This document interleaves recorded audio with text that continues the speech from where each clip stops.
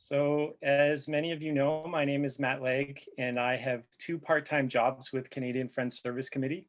I'm the Peace Program Coordinator and the Communications Coordinator, and I'm pleased to be hosting this event this evening.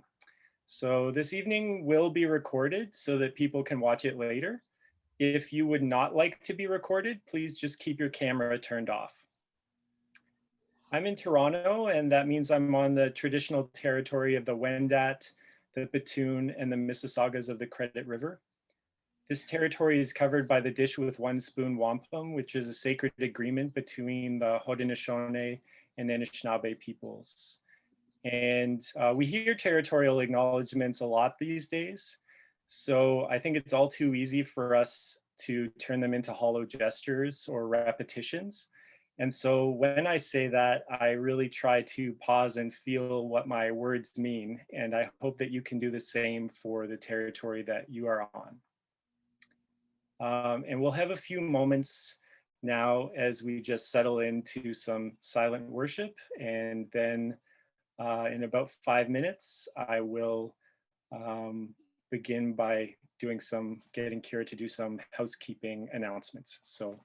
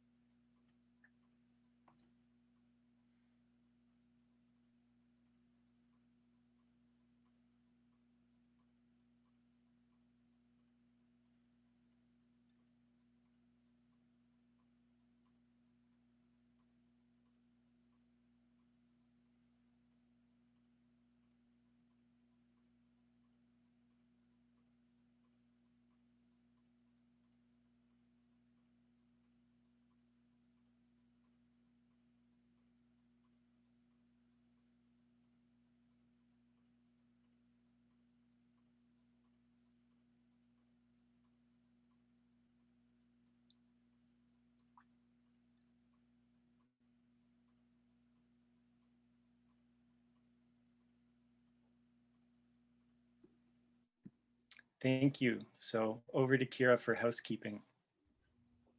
Thanks, Matt. Hi, everyone. Good to see you. Just my usual housekeeping spiel. I'm just going to ask that folks keep themselves muted throughout the presentation and Matthew's remarks, and just unmute yourself if you plan to speak during the discussion. I'm just asking, the chat is open, but please keep it a safe and respectful place for everyone here. If you're having issues with connectivity, just try turning off your video. And if that doesn't work, I'd recommend just logging off and then logging back on, and I'll let you in. That's the extent of my tech knowledge, unfortunately. And Matt said this earlier, but I'm just adding it for the folks who have joined since, but this event is being recorded. So if you do not want to be recorded, please turn off your video. And there will be time for discussion at the end. I really recommend that if you want to ask a question or make a comment that you unmute yourself and do so. But if you're uncomfortable with that, you can put it in the chat, but it's always nice to hear from folks directly. But other than that, welcome and back to Matt. Thanks, Kira. As most of you know, this Get to Know the Friends series has been happening all year long on the last Thursday of the month, and it grew from two sources. So one is a celebration of CFSC's 90th anniversary, incredible, as the National Peace and Social Justice Agency of Quakers in Canada, for those who don't know. The other was the recognition that so much happens behind the scenes, and friends often have these incredible stories. So wouldn't it be good to share them? So I've found this series really incredible so far, and I'm sure that we'll all enjoy this evening as well. When I joined Canadian Friends Service Committee staff in 2012, Sarah and Trevor Chandler were two of the people who took time to welcome me and to orient me in the work and about Friends practices and history. So I consider them both friends and mentors. They're members of Interior British Columbia monthly meeting. Sarah's interest in effectively supporting Indigenous rights led her to get a master's from the University of London. She has worked and volunteered with multiple nonprofits since, so I'll just touch on what she's done with Quakers. Sarah served for many years on CFSC's Indigenous Rights Program Committee and was a part of the Quaker International Affairs program that was housed under CFSC. Sarah gave the 2001 Sunderland P. Gardner Lecture, The Never Broken Treaty, Quaker Witness and Testimony on Aboriginal Title and Rights, What Canst Thou Say? There's still a link to read it on the CFSC website. In 2004, she attended the Friends World Committee for Consultation Triennial, which is a gathering of the global body of Friends. Sarah was with members of the International Indigenous Quaker Delegation to ask Friends to mandate the Quaker United Nations Office to engage with Indigenous rights issues. Friends agreed to this request. The Quaker UN office in Geneva then asked CFSC to take on the bulk of that work on its behalf, as CFSC had relevant staff and expertise. Sarah later joined CFSC's Criminal Justice Program Committee and represented CFSC on the board of directors of the Church Council on Justice and Corrections. Sarah points to a time beginning in her late 20s when she spent 7 years traveling, including around much of Africa, as one that taught her a great deal, including about working in challenging intercultural contexts and about decolonization efforts. It was also during that time when she met Trevor in Nairobi. Trevor Chandler and his 3 younger siblings came to Canada in 1947. They settled on a small acreage at the base of a waterfall on the banks of the Fraser River in Lillooet, British Columbia, where his parents started a beekeeping business. After completing an agriculture degree at the University of Guelph, Trevor went on to do his PhD in biology at Simon Fraser University. He did postdoc work in France and then worked for 9 years in Africa. He and Sarah came together to Lillooet in 1980 and planted an organic orchard called Bruin's End on the ancestral holdings. They are still there today with their grandson, who is continuing to steward the land with bees and fruit trees.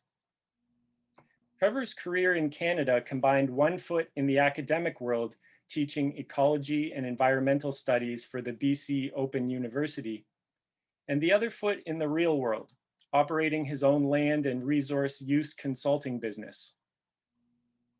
Eventually, he figured out that environmental issues are not scientific issues, they are social issues. His consulting work involved trying to build working relationships between environmentalists and resource developers and between First Nations and government organizations. He is now retired. Trevor served multiple terms on CFSC's Peace Committee. My understanding is that we're going to hear from Sarah first, so please take it away, Sarah. Thank you very much, Matt. Hello, everyone. and thank you to CFSC for inviting us to participate in this celebration of CFSC's work. What I want to talk about tonight, I thought required a bit of illustration. So I'm going to use a bit of a roadmap, hoping my slides work, and we're going to cover 19 years in 20 minutes, so fasten your seatbelts. Perfect. Okay, so I'm going to talk about the miraculous and the mundane, and I'm speaking to you this evening from the unceded territory of the St'át'imc people, which is Upper St'át'imc territory is the area around Lillooet, British Columbia in Canada, for those who aren't in Canada. Next slide, please. And I want to start with a poem by Adam Curl from Recognition of Reality. Next slide, please. Indra's net. At each section of the endless net of Indra's heaven, according to the myth, is a bead that represents a human life. Each bead reflects every other and every reflection of every other. In the subatomic field, each hadron affects and is affected by all the rest, resulting in a flux of energy and movement in which little can be foretold save unpredictability and endless change. The boundaries between us are hallucinations. We are indeed members of one another, dancing together spontaneously like the hadrons, containing each other like the beads. Next.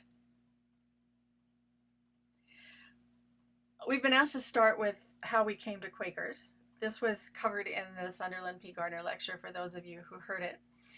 But I was looking for a spiritual path and a spiritual community. And at the same time, Trevor and I were involved in a campaign to save the nearby Stein Valley from logging because it was very important to Indigenous peoples. We were involved in that campaign, and we were also involved in Stein Rediscovery, which was a youth wilderness program for youth at risk.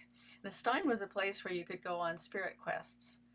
And so when we went hiking in the Stein, we would stop at the Asking Rock and make an offering of tobacco, as was customary for the people for whom the Stein is sacred, and ask the valley for what we wanted, and when we left, we would give an offering of thanks.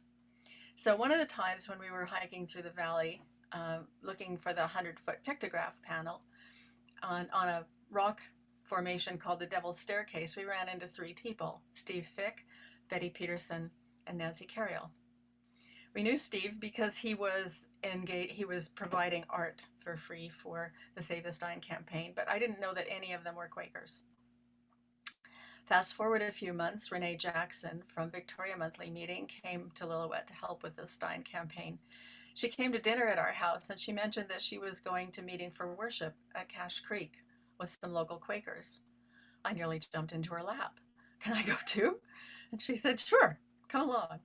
So I went to a meeting for worship at the Lazy Susan Ranch with John McNamer and Susan Mann, and there learned that Steve Fick was the clerk of Vernon Monthly Meeting.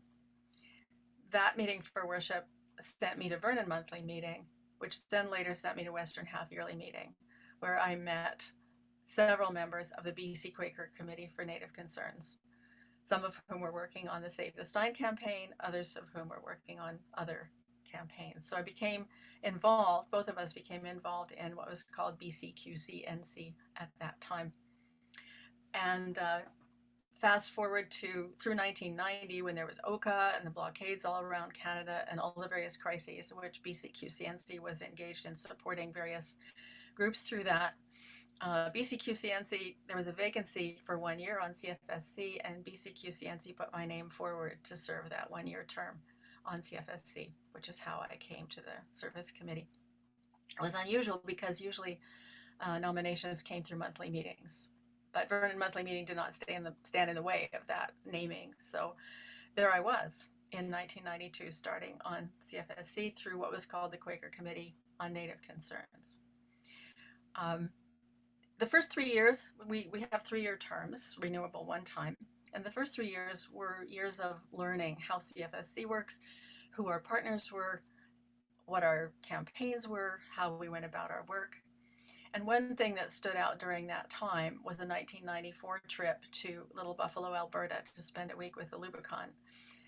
I made the trip with Phyllis Fisher, and Elaine Bishop was in Little Buffalo working for the Mennonite Central Committee at that time. And that was my first experience of extended Quaker work on the ground. Next slide, please. I thought this quote was apropos of where I was at the time. I said to the man who stood at the gate of the year, "Give me a light that I may tread safely into the unknown." And he replied, "Go into the darkness and put your hand into the hand of God. That shall be to you better than light and safer than a known way." That was by Minnie Louise Harkins, who lived from 1875 to 1957, quoted in Rachel Brett's 2012 lecture, Snakes and Ladders. Next, please. So carrying on, reflecting on the first 3 years of service on CFSC, and wondering how we could, what I could do, what we could do to make our work more effective and to effect change. I had a leading to go back to school, to go back to university, and just by chance found an advertisement in the Guardian Weekly for a master's degree in understanding and securing human rights at the University of London. Okay then. Didn't know anybody in London, didn't have any money, but it called to me. I thought it might be helpful for us. So looking for funding, found funding from the Lyman Fund, which is Charlotte Lyman Fartelman's fund to support Quakers to follow a leading, Home Mission and Advancement Committee, our local Friendship Center, Crystal Kleiman, who was a Quaker from Victoria Monthly Meeting, June Ryder, who was not a Quaker, stepped up to the plate with loans and grants and gifts to help me go. Next question, where am I going to live? Well, it happened that Jane O'Ryan Smith, who you've heard from a couple of sessions ago, was at Woodbrook for a year, doing a sojourn there. She said, "Hey, I know somebody who might help you find a place to live." So she reached out to her friend, Ben Pink Dandelion, who some of you know. And I will say here, if you don't know these people and haven't heard these names, look them up. Make a note, look them up online. They're doing amazing work. And I can't, tell you all about them during this presentation. Anyway, Ben put an advertisement in the British Quaker magazine, The Friend, for a Canadian student looking for a place to live for a year. And one of the offers that he forwarded to me was from a woman named Mary Lou Levitt. I didn't know Mary Lou Levitt, but the offer was reasonable. The apartment was in a good place, so I chose her. Well, unknown to me, but soon to find out, Mary Lou Levitt worked for Quaker Peace and Service, now Quaker Peace and Social Witness, which is the CFSC equivalent for British Friends. In her office was a man named Brewster Grace, and staying in her flat from time to time besides me were Rachel Brett and David Atwood from the Quaker United Nations organization in Geneva. This is important, and I'll come back to it. The next thing that happened is once I was in London studying, Jane O'Ryan Smith said, "Hey, would you come up to Woodbrook for a weekend and would you do a presentation on Indigenous issues in British Columbia?" Okay. I thought it would be nice to go to Woodbrook. I thought it would be nice to do a presentation, but I thought, how am I going to engage British Quakers in Indigenous issues in British Columbia? Well, it happened that in the master's degree program, we had just had a seminar by Stanley Cohen, who's an economist, born in South Africa, raised in Israel, working in England, who had a real interest in the phenomena of denial and how organizations could work to overcome denial. Who denies? How do they deny? And how do we overcome it in our campaigns? So thinking about what I'd learned from Stanley Cohen and wanting to situate British Friends in the situation of Indigenous people, I wrote a guided meditation called Thinking About Home, which was later picked up and published by CFSC and is still available online. It did work. It did engage British Friends. By the time they finished the meditation, they were raw and open for learning and very sympathetic to the situation of Indigenous Quakers. CFSC, the Aboriginal Affairs Committee, was moved by the meditation, so they sent me $1,000, which then I used because Rachel Brett said to me, "If you're going to study human rights and you're engaged in Indigenous people's issues, you should go to the United Nations Working Group on Indigenous Populations in Geneva, and this is how you go." So I did. I applied, and the $1,000 from the Quaker Committee for Native Concerns, as it was called at the time, provided the air ticket to do that. The other thing that happened with these conversations in Mary Lou Levitt's flat and at Quaker Peace and Social Witness, where Mary Lou Levitt gave me a part-time job, which the British Home Office gave me a work permit to do because they said, "Oh, you're Canadian, you helped us win the war." And I thought, don't look at the word Quaker too closely here. So anyway, I'm working in Quaker Peace and Social Witness, getting to know Brewster Grace and staff there, getting to know QNO people through Mary Lou. And we have conversations about the need for Canadian friends to get more involved in the international work of Quakers in Britain and in Europe, and the need for those people to support Canadian friends in engaging with Canadian delegations. Those conversations ultimately led to, partly led to the International Affairs Seminar, which took place in Ottawa in 1999, and then which led to the development of the Quaker International Affairs Program. I went to the UN Working Group, went there twice by myself, and thought, you know what, I need to bring other people. We need to all go. I need to go with Jennifer, I need to go with Dale Dewar, and then they need to go with other people. We need to start a pattern where everybody on the committee is familiar with these UN mechanisms and how they work, and familiar with our partners, and familiar with government officials that we need to talk to. And that began a series of attending the working group and later the permanent forum that continues to this day. The other thing that happened through going to Geneva was to meet Indigenous partners, initially Ted Moses and Kenneth Deere. Kenneth, Jennifer Preston talked about last week, long-term partners, still a partner to this day. Another thing that happened that I think is important is that when I came back to Canada at a CFSC meeting, Mary Broadhead, who was volunteering on the Peace Committee at the time, said, "Sarah, you need to, don't just use this education for volunteer work, you should do something else with it." I hadn't thought of that. And she said, "Look, let me give your name to a friend of mine in Ottawa." And she connected me with Magda Sedegart of North-South Exchange, who said, "Well, I think you should phone Vincenza Nazari at the Canadian Human Rights Foundation in Montreal." I did. Vincenza said, "Can we meet?" And I went there. And for the next 16 years, I worked as a facilitator in the International Human Rights Training Program of the Canadian Human Rights Foundation, which became Equitas. Also during that time, when another facilitation position was opened, I suggested that Marc Forget apply, another former staff person for CFSC, and he did apply.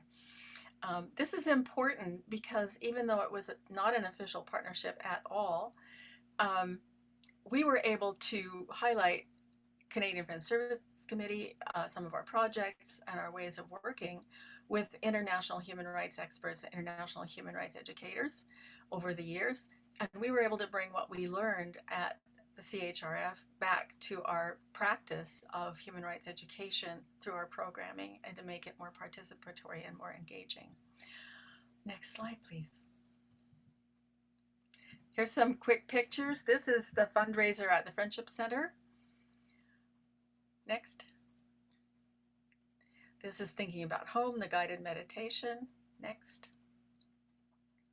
This is the celestial sphere in the Palais des Nations in Geneva, Switzerland. It was my souvenir of the first trip. Next. This is me there in front of the Ariana Ceramics Museum on the grounds of the Palais des Nations. Next. These are some of my classmates from the International Studies, the MA program in London. Next. This is Dale Dewar and myself with Kenneth Deere in front of the Palais des Nations, the first time Dale went. And next, this is Jennifer Preston. I think this was her first time having a coffee and a break between sessions at the UN. Next.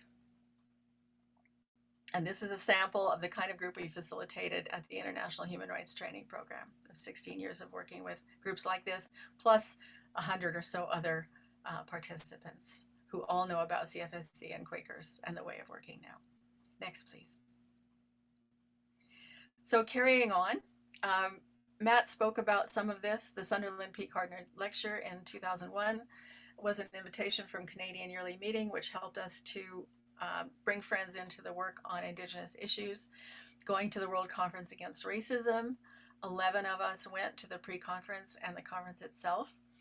And 11 of us decided, because the Quaker UN organizations were helping us, but saying every time we said, could you help with this? Could you do that? Could you do that? They said, we did not have a mandate to work on Indigenous issues. FWCC and Britain Yearly Meeting gives us the mandate. So we who went to South Africa in 2001 decided we would meet in New Zealand in 2004 and see if we could get the mandate changed. So 4 of us were able to make it to Auckland, New Zealand. Emily Manisi, Coco Boseka, Esther Cowley, and one other person, as well as Vanessa July and Ernie Buscemi of American Friends Service Committee, who we'd met in South Africa, who agreed to help us. Together, we sat and put our heads together and drafted a minute for FWCC, which we presented jointly on stage and which was passed, with the result that the Quaker UN organization was empowered to work on Indigenous issues. As Matt had said earlier, Rachel Brett said, well, that's all very well, Sarah, to add it to our mandate, but we didn't get any extra money and we didn't get any extra staff. So we would like CFSC to be our arm to do this work, and we will support it. And that is the case still today with both of the QNOs, as you would have heard from Jennifer and Orion before me, and Carol Dixon. Next, please. This is the delegation that drafted the minute in Auckland. Next. And this is from the 2012 Swarthmore lecture by Rachel Brett, by her daughter, a diagram of the FWCC agencies and work in the world. But what I wanted to highlight to you was here, the UN work on the rights of Indigenous peoples with CFSC at the UN. Next, please. Okay, so after 6 years, you have to take a year off. And then I got another 6 years on the Native Concerns Committee, and then I rotated off. And for 3 years, I was in the lake of quiet reflection to look back at what it had all meant and where it had all gone and, you know, what happens next. After those 3 years, I was named to serve on CFSC again and chose to serve on Quakers Fostering Justice. And there were several, that was a time of turmoil, not bad turmoil, but turmoil, because CFSC was going through strategic planning and revisioning of its structure and way of working. And Quakers Fostering Justice was also going through a time of change and restructuring and re-examining its mandate. So the highlights from that time were, as Matt said, we had a seat on the Church Council for Justice and Corrections Board. And we suggested at one of their AGMs that they bring R.A. Oidel from Halden Prison in Norway to their AGM to speak. And we suggested that they also have some off-the-record meetings for R.A. Oidel, because they have the least punitive prison, probably one of the least punitive prisons in the world, that focuses on rehabilitation. And R.A. Oidel came, and Quakers Fostering Justice met him and attended his presentation in Ottawa at that time. I can't even read my own thing here. Hang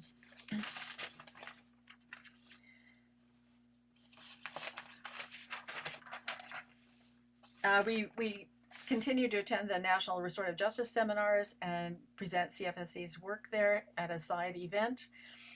We worked with the Collaborating Center for Prison Health and Education in helping to further information and advocate for mothers and babies in prison institutions.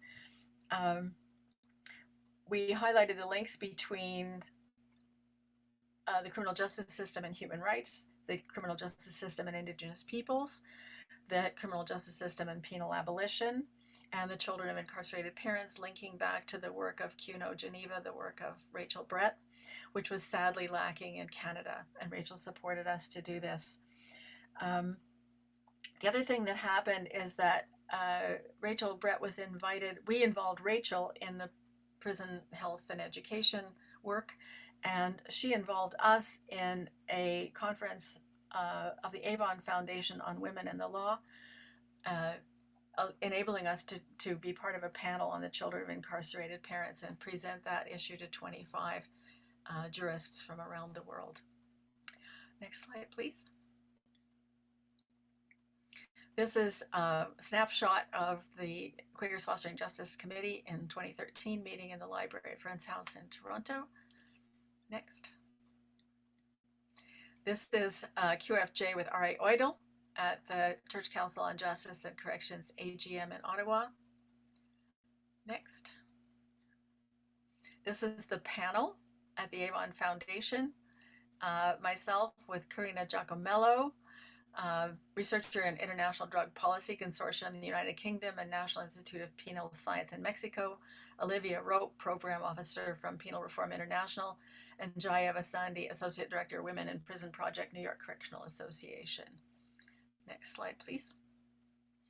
And this was the group of women jurists in the breakout group to consider a way forward on the consequences of women's imprisonment, including the consequences for children and family, which I was invited to observe. Next. This is the presentation of the toolkit on mother-child units in prisons in our collaboration with the Center for Prison Health and Education at Western Half Yearly Meeting. Next. And then in summary, this is from Thomas Merton, a letter to a young activist. The real hope then is not in something we think we can do, but in God who is making something good of it in some way we cannot see. If we can do God's will, we will be helping in the process, but we will not necessarily know all about it beforehand. When I think back to all the things I didn't know when I headed off to London and how the way opened in terms of a place to stay, who to meet, who to talk to, what happens next, it's just so remarkable that it had to be the leading of the Spirit and the way opening. Next, please. These are the CFSC hadrons, to hark back to Indrid's Net from 2013 when the committee was being rethought. Next. And this is Indrid's Net from my experience from 1992 to 2016. I remain an associate of Quakers Fostering Justice, and I'm grateful for that opportunity. And what I want you to come away with is that every volunteer and every staff member who's ever served on CFSC has a similar piece of the greater net. Thank you.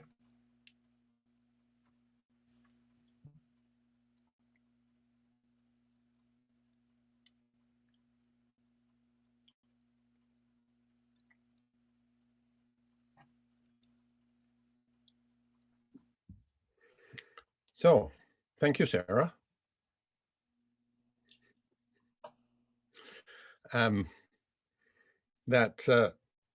It's interesting because Sarah and I developed our presentation separately. So you're going to find out, as I found out, how much overlap is happening as we do it.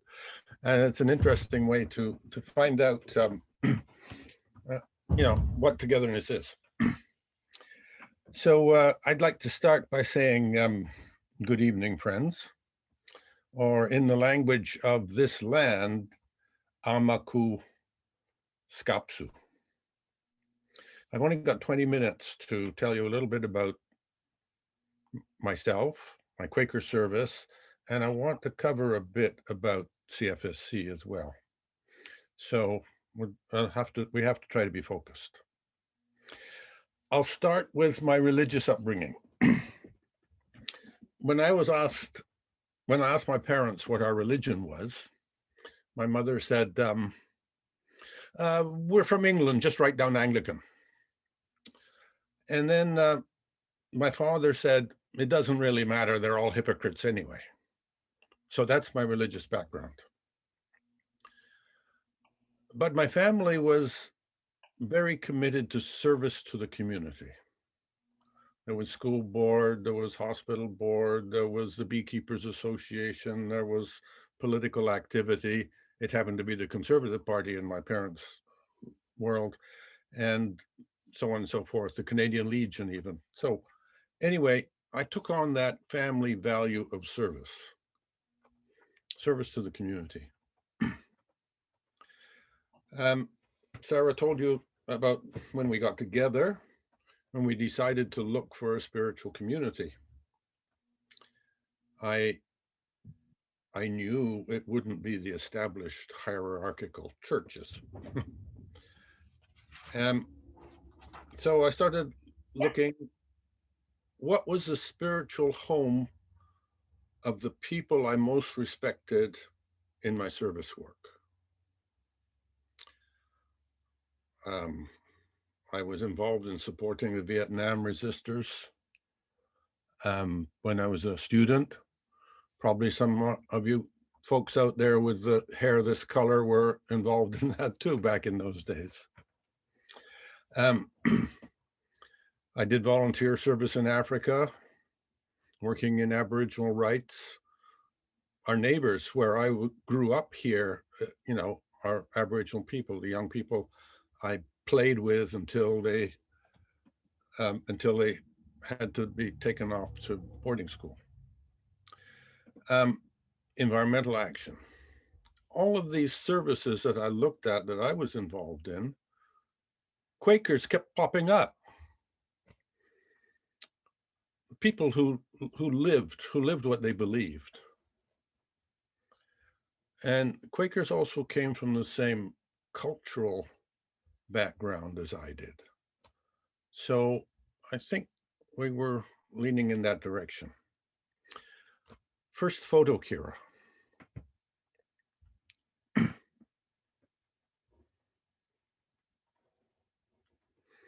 So some of you may, some of you may recognize, this is a Quaker artist, did this painting of alpine meadows in the Stein River Valley. The Stein was a fantastic opportunity to protect a watershed right from the top of the mountains right down to the mouth of the watershed. It was a great opportunity to, and I don't know, I guess it's difficult for anybody to say if they recognize the artist here, but the artist is Steve Fick. And there were, as Sarah said, a whole lot of Quakers ended up being involved in this fight to save this watershed. We were successful. It's now a First Nations heritage park. So there we go. We finally found a Quaker meeting, as Sarah said, in 1987.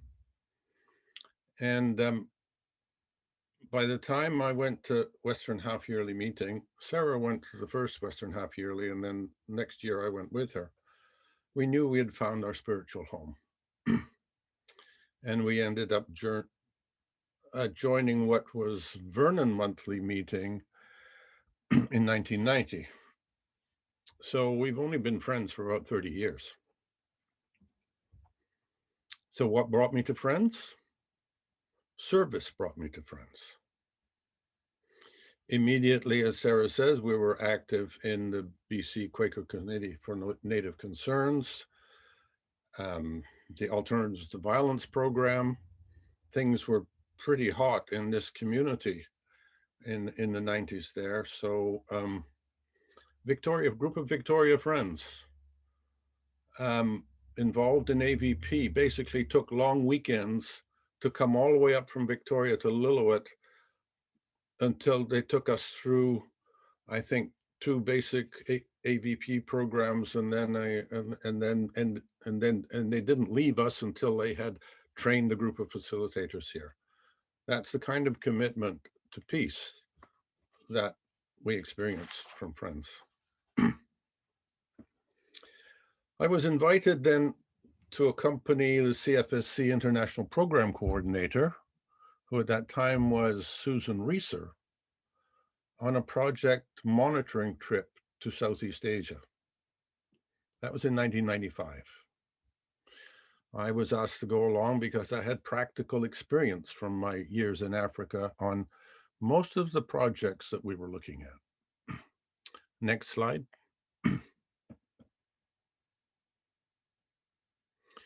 Okay, here's me with Dolam and a Cambodian monk and a couple of workers in the natural farming project. And the reason I use this slide is to show that the real workers of CFSC are those people, the local volunteers on the ground. And we really, it's so positive feeling to be working with these people and seeing what they're doing. Dolam was a refugee who had come to Canada, and then I don't know how he got connected with CFSC, but see, by the time we went over to Vietnam, the southern part of Vietnam, he had organized all the thing. He had a group of volunteers who were doing a lot of the work. It was really quite remarkable. And it was community health, natural farming, and things like that. And some of you may know of Nancy Pocock and the Nancy Pocock Clinic in the south of Vietnam, in the poorest part of Vietnam.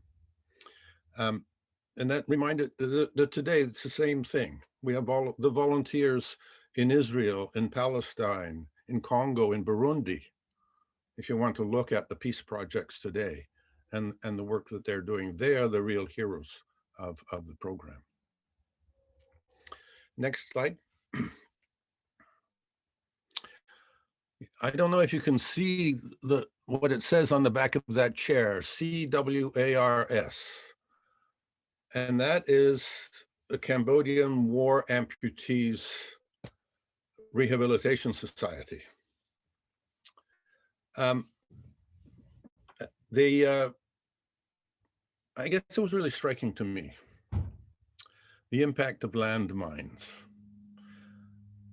To me, to imagine that the most important item on the school curriculum is how to avoid getting blown up on the way to school.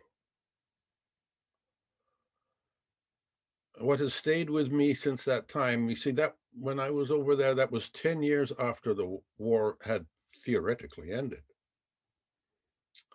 And the ongoing impact of war, years after the fighting. There were mined rice fields people couldn't go to work in, defoliated forests. One of the things the natural farming project was trying to deal with is how to get them functioning again. It's always stayed with me since that trip, how the war doesn't end when the soldiers go home.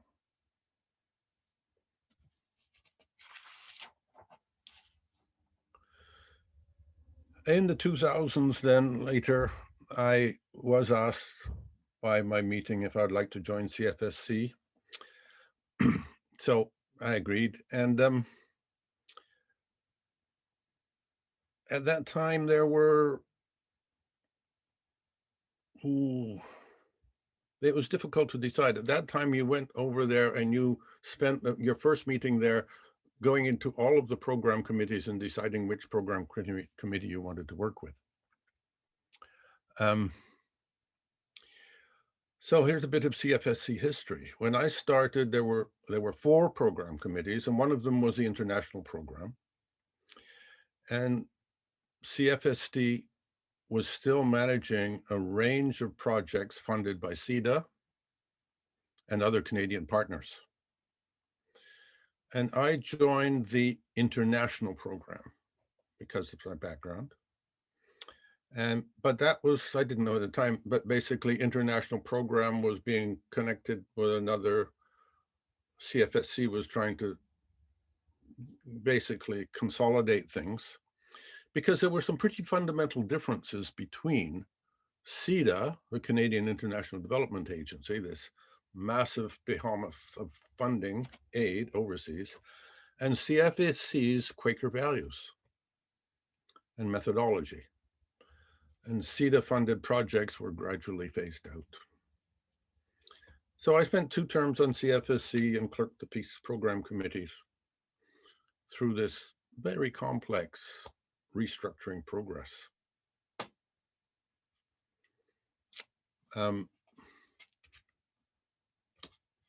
Just trying to figure out, okay. You can go to our website and see what the Peace Program Committee is doing nowadays, but quite a bit of important work. But they're small projects. They're all small projects with big impact. And that's, and there are many devoted volunteers involved. I think of Maxine Kaufman-Acosta, for instance, you know, her such active work in the Palestine and Israel situation. And a lot of these people now, since the sort of downsizing of CFSC, work as associates. The next slide. Here's a picture of one of the planning meetings in 2014. And it's interesting to look back at that planning period. There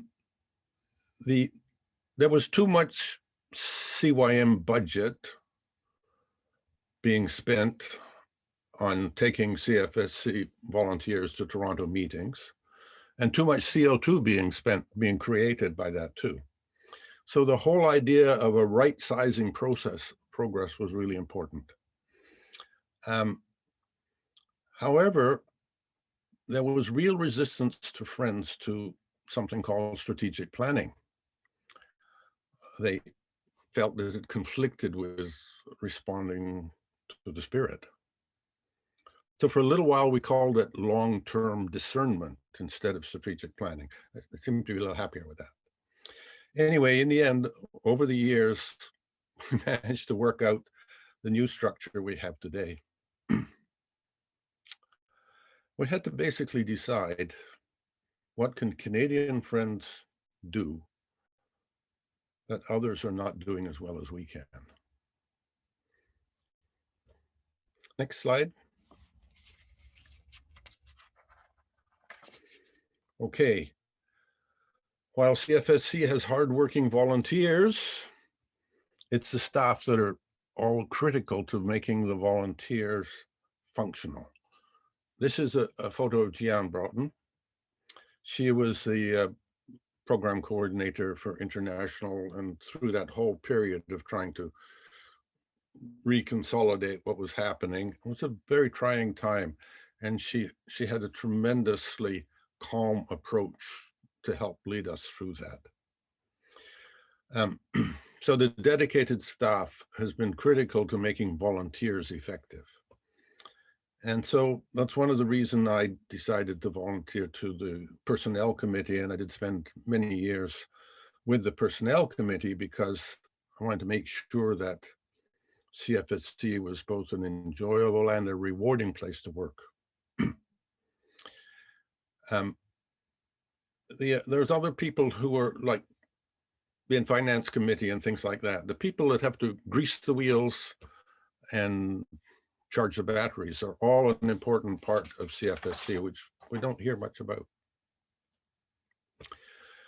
Now, just reflecting on my days as an isolated friend, it was service with CFSC that allowed me to get a deep understanding of Friends' ways of working.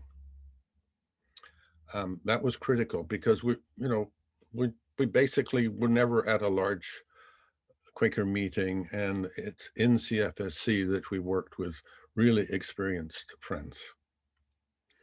And this then led me to training in consensus facilitation, and I used all of this experience in my consulting work, trying to build agreements between land use and First Nations and things. Next photo. Some of you know this guy, another excellent CFSC staff member, a great communicator. Here's Matt signing a book. Peace Committee decided that we should do a new pamphlet, maybe a big pamphlet, 50 pages or something like that. But once Matt got working on it, it ended up being well, you can see how thick the book is. And a really remarkable piece of work. It's wonderful to work with people like Matt. So I'd like to summarize just by saying, actually, as Lana Robinson said on the website there, service feeds our souls. Thank you for listening. Koekstomklap.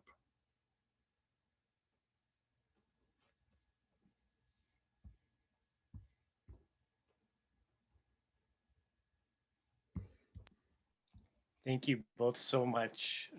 Really interesting. And it looks like you even got through it in good time for us to have some discussion. So that's fantastic. So I would like to invite anybody who has a question to just go ahead and unmute yourself and ask your question if you would like to, or if you're not comfortable with that, you can type it in the chat, but please go ahead.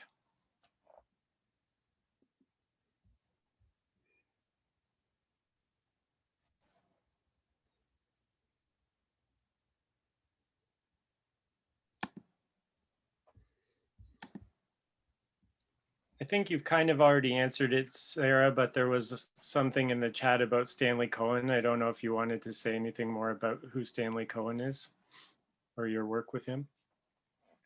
Okay, sure. The late Stanley Cohen was I don't have his biography in front of me, and it's complex, but he was born in South Africa. He became a lawyer. He lived for a time in Israel. When I was studying at the University of London, he was a professor at the London School of Economics. He's mostly known for his work as an economist, and as Elizabeth Block pointed out, a pro-Palestinian activist as well, who really was vexed by the phenomenon of denial. And he wrote a book called States of Denial: How People Respond to Information About Human Rights Violations, which is one of the last things he did before he was taken away by cancer. But in the process of writing that book, he did some work for Amnesty UK, and he had just finished that work when he came to do a seminar for the Masters in Understanding and Securing Human Rights at the Institute of Commonwealth Studies. And it was to help Amnesty. He said, you know, NGOs formulate campaigns, and they do their campaign, and then they say, okay, we've done with that campaign, on to the next. But they don't always evaluate the outputs, outcomes, and impacts of that campaign. And one of the important outcomes has to be that denial was overcome. So this work that he did for Amnesty, which used to be available for free from the Minerva Law School at Hebrew University in Jerusalem, and is no longer, sadly, looked at the kinds of denial that there are, and there's so many. There's perpetrator denial, victim denial, bystander denial, you know, and different types of denial. It's not happening. Well, it's happening, but it's not what you think. It's happening, but we're working on it. You know, just all these, it was very complex. And he unpacked all of that and said to us NGOs, if you're going to mount a campaign, you need to think about who's denying that this is an issue, how are they denying that it's an issue, and how are you going to cut through that? So I used that in the thinking about home meditation to say, how can I situate British Quakers in the history of Indigenous people here? Well, I'm going to have them think about their home and how they would feel if certain things happened to them in their home. And that was thanks to Stanley Cohen, overcoming the denial that it's not their issue. The Sunderland P. Gardner lecture was the same, getting friends to think about a situation at the beginning of a segment and to reflect again on the situation at the end of it. And everything that we did on CFSC since then, and my part of the effort, has been informed by Stanley Cohen's work on denial. And to me, I know he's done lots of things in economics and other things, but to me, that's one of the key things he ever did, and it's probably undersung. I think Barbara Horvath had a question.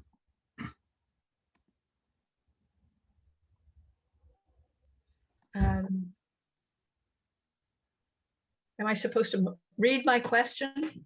My question is, you've described the extensive ways you both have been involved with CFSC, including service on the committee and extensive travel. What ways can others of us become more involved in the work of CFSC? How can this service feed our souls?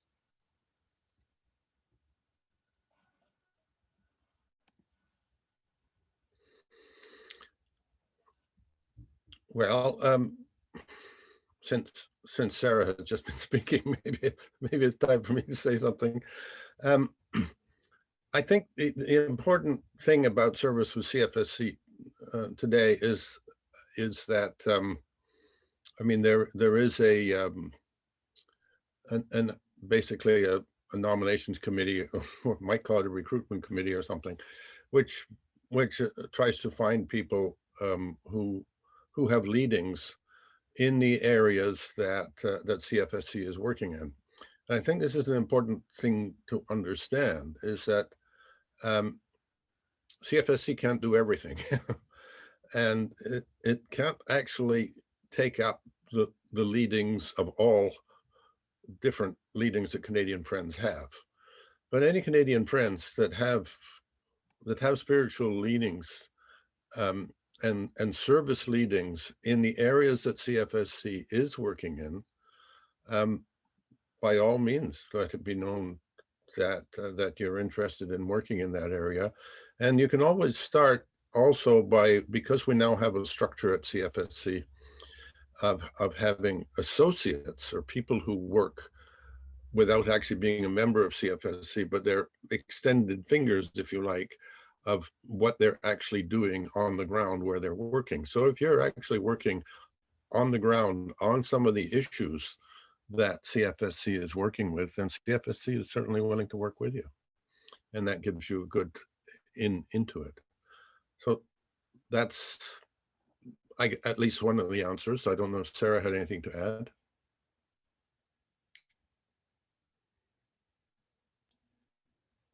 Thank you, Trevor.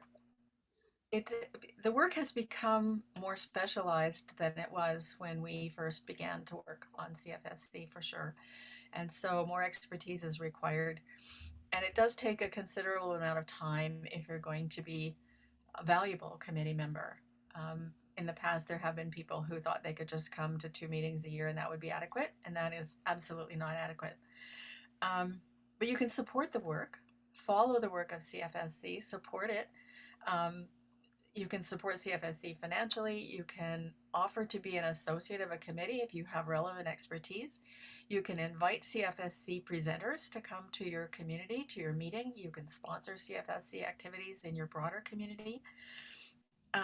Volunteer your own expertise when you see it's relevant. And CFSC loves to have people involved, even if they're not directly on a committee. So, and the service, it feeds your soul and it drives you crazy. Both. I can tell you, the moments when we were exhausted and tearing our hair out, and we need to remember to stop and put things back into the hands of the Creator and wait for the way to open.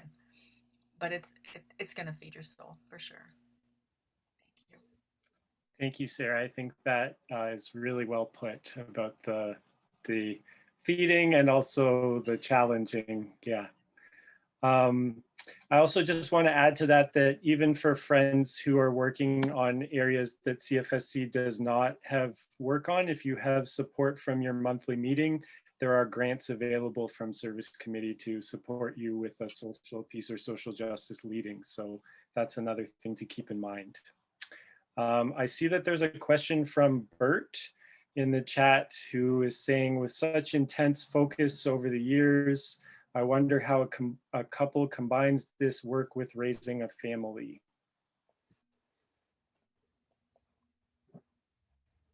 Go ahead, Sarah, and then I'll answer the international question.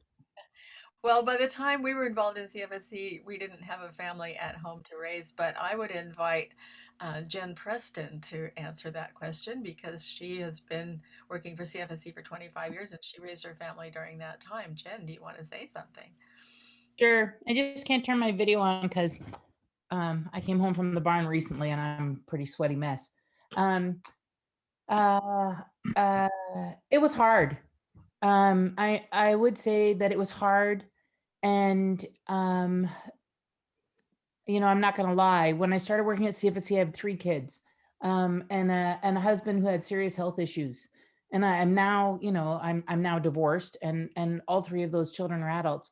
But it was not easy, and there were times when many people, Sarah Chandler included, who played big roles to help make it easier for me. Many people. Some of them were committee members, like really committed committee members, and some of them were other staff that would find ways to give me space. And I think that I remember when my husband had cancer the year of the first permanent forum on Indigenous issues. And I was going, and then all of a sudden my husband had leukemia. And Sarah said to me, I want you to be able to go. Do you want me to come and stay at your house and take care of your kids? But I mean, it wasn't an option for that to happen, but yeah, it was hard. But I would say, and I think it actually goes, and I love the way that Trevor and Sarah have described it in terms of, but at the end of the day, it feeds your soul.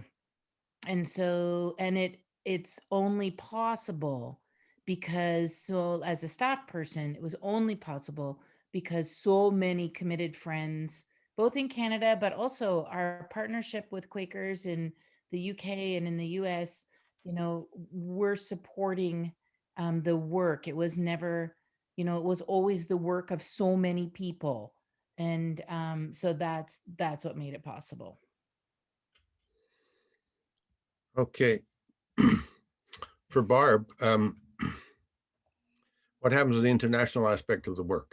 Well, basically, I think, first of all, we still do international work.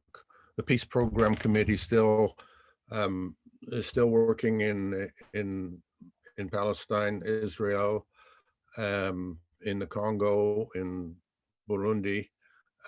That's still international work, but it's international peace work. And even the Aboriginal rights work still has international dimensions to it, as Sarah was saying. There's still international dimensions to the work being done by the what's it called, Justice Committee these days. I can't remember. Committees have changed names so many times since I've been with CFSC. All of this work, international work, is still there. It's just that the way of working of Friends is not to, run an isolated project. I mean, there were great projects, say in Cambodia, where there was a workshop set up to make prosthetics, locally made prosthetics for people. Fantastic. But that wasn't the sort of thing that really fit what Canadian Friends were going to do. It was the sort of thing that would take a chunk of money from somewhere, put it there, and pay people to do that work. And that's not the way in which Friends have developed their way of working, which is to work really closely with people and to use Friends' ways to basically bring peaceful change to the world. And so basically what's happened is that there's just some types of international work that are best left to organizations like CEDA, and we really don't have the time or the resources to do it ourselves.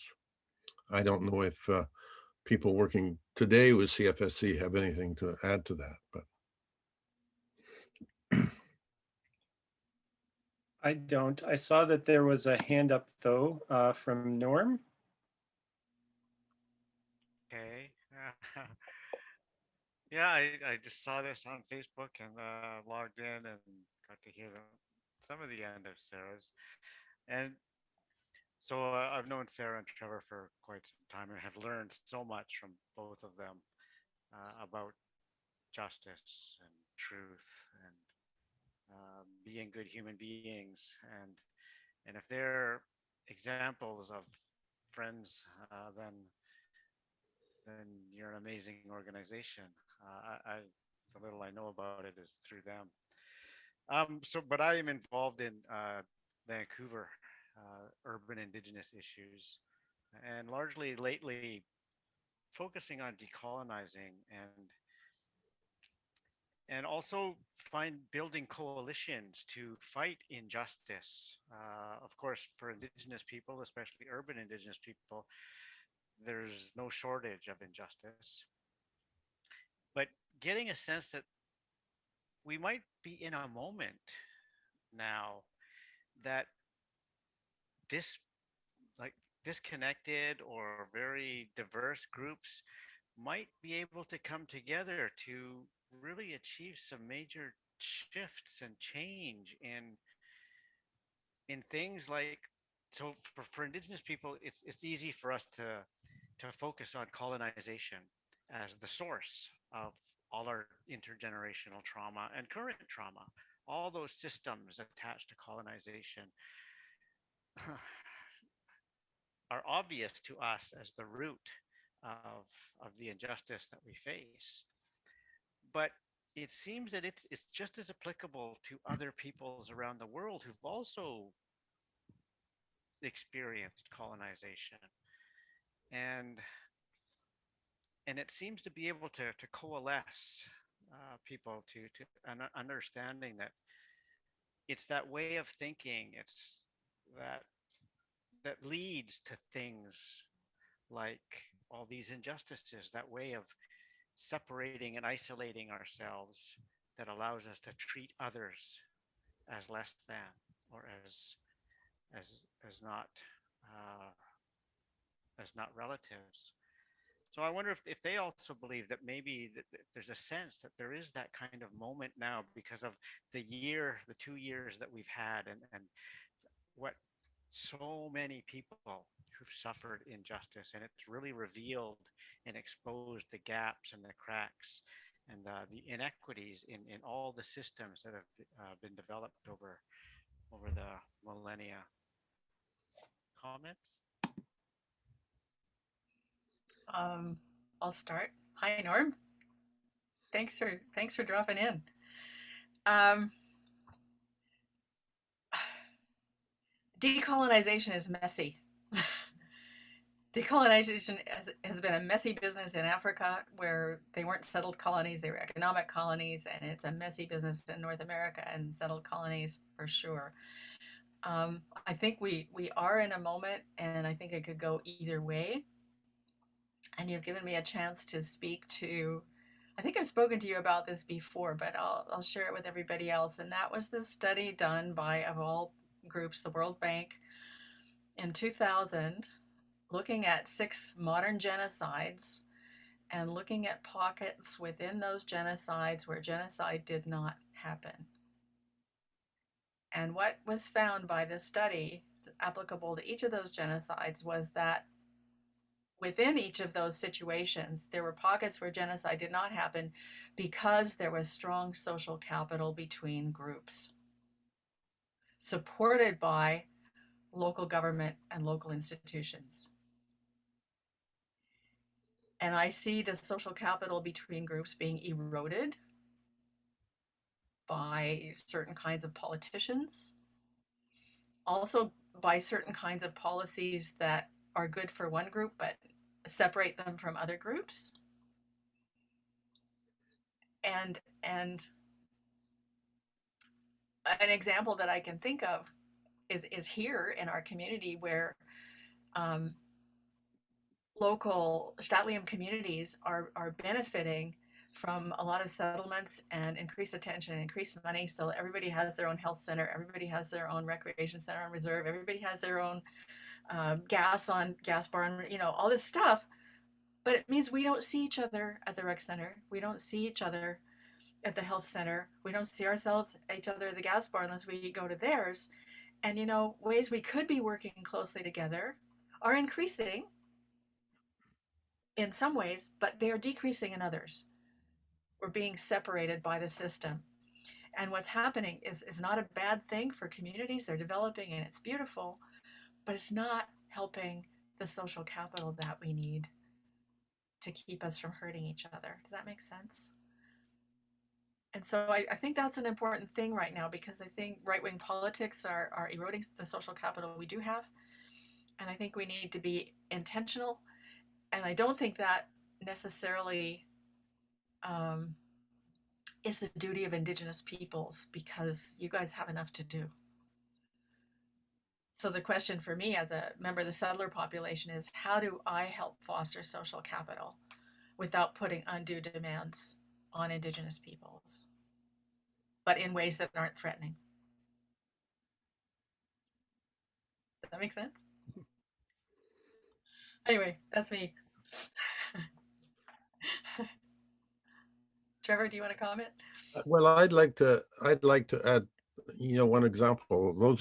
Some of you may know that you see this news about the village of Lytton completely burning down. That's only an hour's drive downriver from us. And people forget that actually, if you drive through what was the village of Lytton, you never knew when you were in the village of Lytton and when you were in the First Nations community of Lytton First Nation, because physically there wasn't a wall or anything, right? So there was this integrated community, which is actually probably only about a quarter to a third settler population and is mostly Aboriginal population. But in fact, all of the government services, all of the businesses, the banks, the restaurants, the hotel, all of that stuff, the post office, the police station, was all in the village of Lytton, which was the settler community. And both the settler and the Aboriginal community both burned flat completely. And yet you don't hear about it in that way. So it's going to be rebuilt. People have been there for 10,000 years. They're not going anywhere. Lytton's going to be rebuilt. Now, here's the opportunity to build a new Lytton, right? Where there's some kind of get rid of that colonial legacy of having all of the economics in the settler chunk, and build a new community. Now, let's see whether they're capable, whether our governments and the people are capable of doing that. There's certainly plenty of people at the community level discussing it, but whether it'll happen because of the different pockets at the government level is the real question. But that's a perfect example, I think, of whether there's going to be a change, whether there's enough change in the thinking of Canadians to make a difference, or whether we'll just continue with that colonial structure.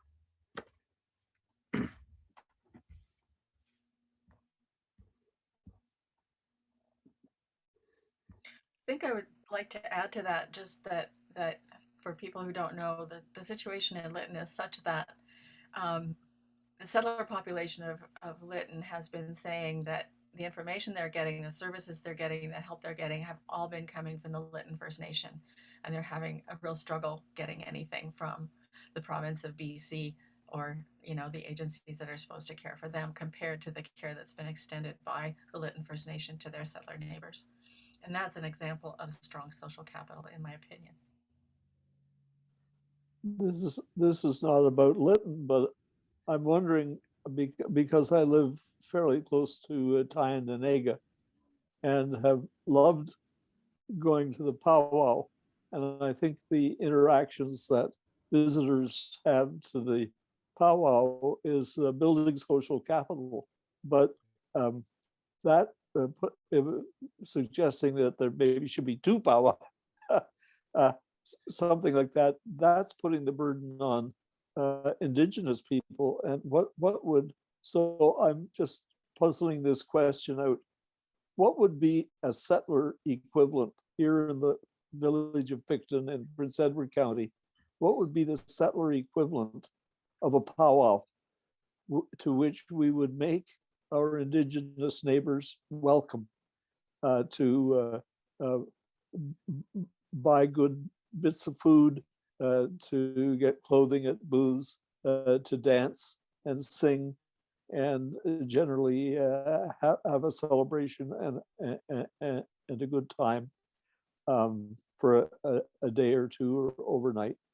And I don't think that we've ever thought of our Indigenous neighbors as sort of visitors to our place. And maybe we should start thinking that way.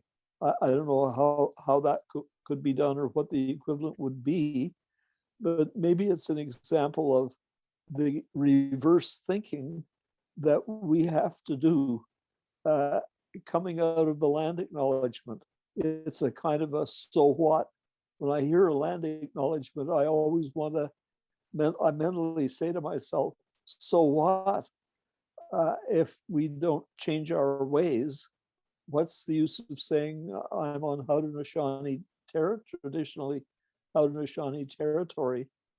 The so what of that is not yet in my understanding at all. I'm aware of the question, but I've got not a single clue about what an answer might be.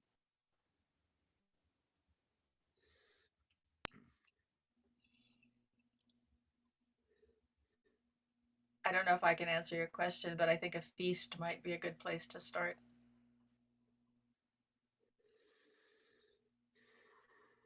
A feast and a giveaway.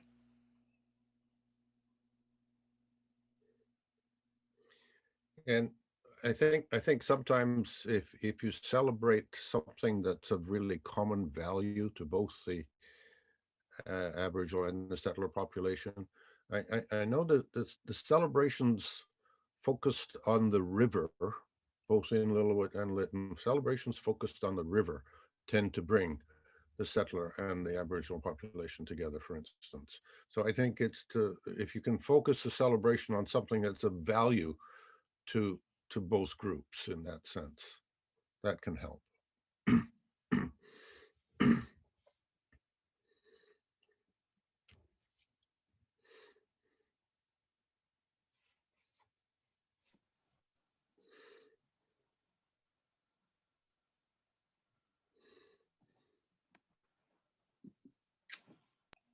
Chris has suggested agricultural fairs and birds from Elizabeth. Elaine has a comment here. Did you want to say that, Elaine? Sure.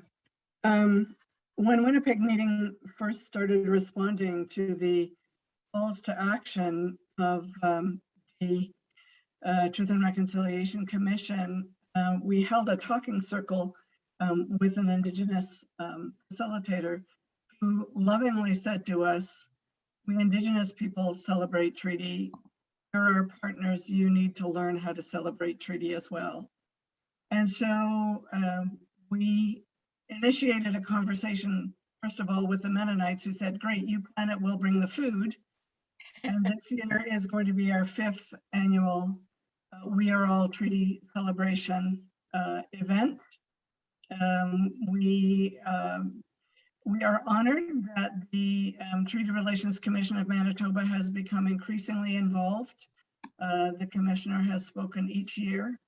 And this year, and in fact, 5 days from today is the 150th commemoration of the signing of Treaty 1, which is our treaty territory.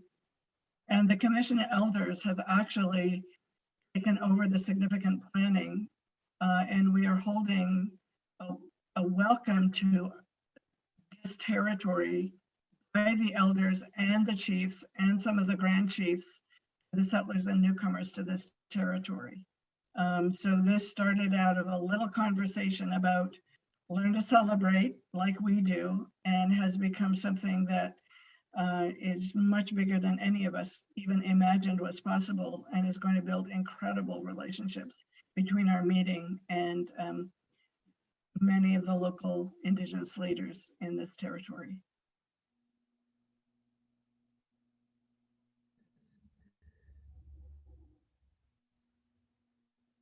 Thank you. And I see some other ideas and suggestions in the chat, so I hope everybody has the chance to take a look at the chat. We have just a few minutes left, so are there any final questions for Sarah or Trevor?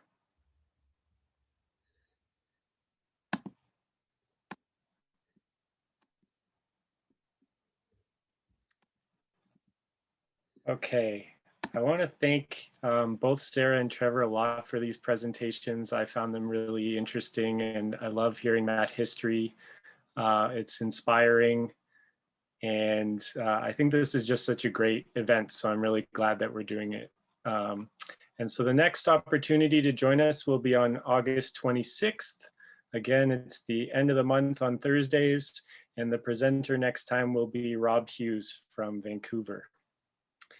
And the amazing type of service work that you heard that Sarah and Trevor have been involved with is only possible because people believe in it and they support it, and that includes supporting it with their efforts and their time and also financially. So if you're able to, please do donate to support CFSC service work.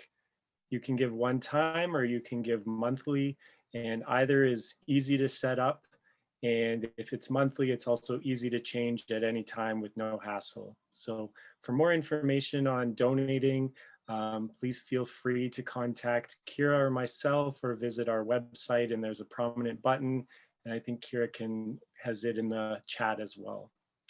And we also welcome feedback on this event. So if you have any suggestions for next time, if you have any comments, please do feel free to send them to Kira. And